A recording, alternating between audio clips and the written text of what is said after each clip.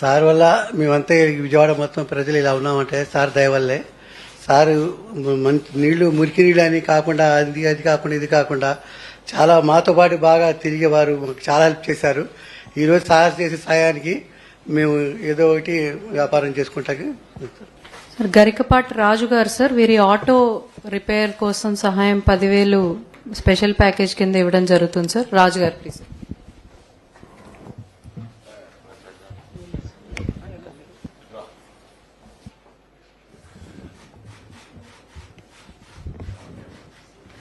Sir next sir Guntur నుంచి sir ఎల్లా శివరామయ్య గారు sir, agriculture sir, farmer.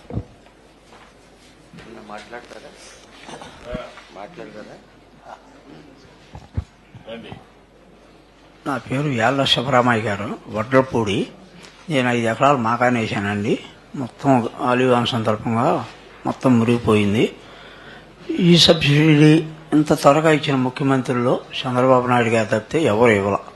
Subsidy కూడా ఈ వరకు 7,000ది 10,000 చేసి రైతులను ఆదుకోవడానికి ముందుకు వచ్చినందుకు సీఎం గారికి ధన్యవాదాలు తెలుపుకుంటూ, ఇంత సబ్సిడీ ఇవ్వడానికి ముందుకొచ్చి 7,000ది 10,000 మా మెట్లకి అలా ఇవ్వటం వల్ల రైతాంగానికి కొంచెం న్యాయం చేసినట్టు ఉంటుంది బాగా. అందువల్ల ధన్యవాదాలు తెలుపుకుంటూ. Sir next sir M Madhusekhar sir, horticulture farmer sir. ఆయన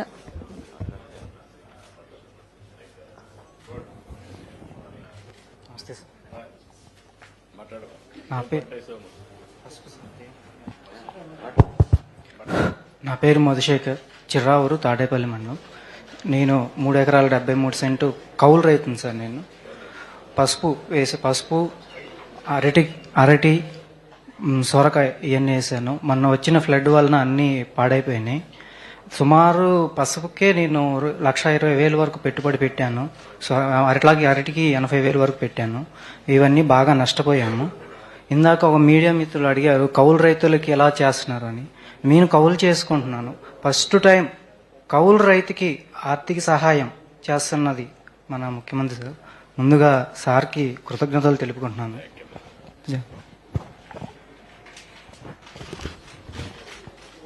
సార్ నెక్స్ట్ సార్ తుమ్మల చహ్లా కుమారి, తను చేనేత కార్మికురాలు సార్.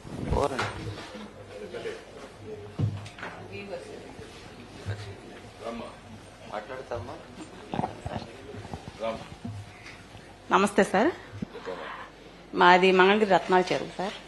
మా ఇల్లు మన వర్షాలకి బాగా నీళ్ళు వచ్చి ఇల్లంతా మునిగిపోయింది, నేత కూడా తడిసిపోయింది సార్. అది బాగు చేసుకోవడానికి కనీసం 4 రోజులన్నా పట్టింది. నా లోకేష్ బాబు మా ఏరియాకి వచ్చారు. పాపం పొద్దున పట్టు టిఫిన్ కానీ, మధ్యాహ్నం భోజనం, సాయంత్రం భోజనం అన్ని ఏర్పాటు చేశారు సార్. 10 రోజులు మొత్తం చూశారు. లోకేష్ బాబు గారికి మాకు బాగా రుణపడిపోయి ఉన్నాను సార్.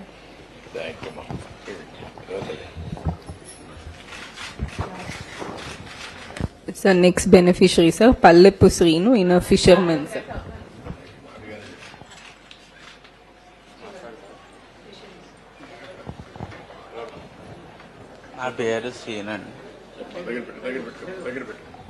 నా పేరు సీను, వెంకటపాలెం మత్స్యకారులు.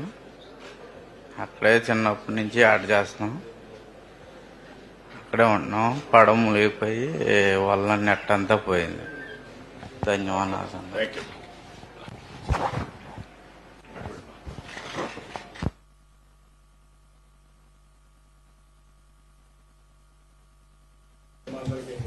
Thank you very much.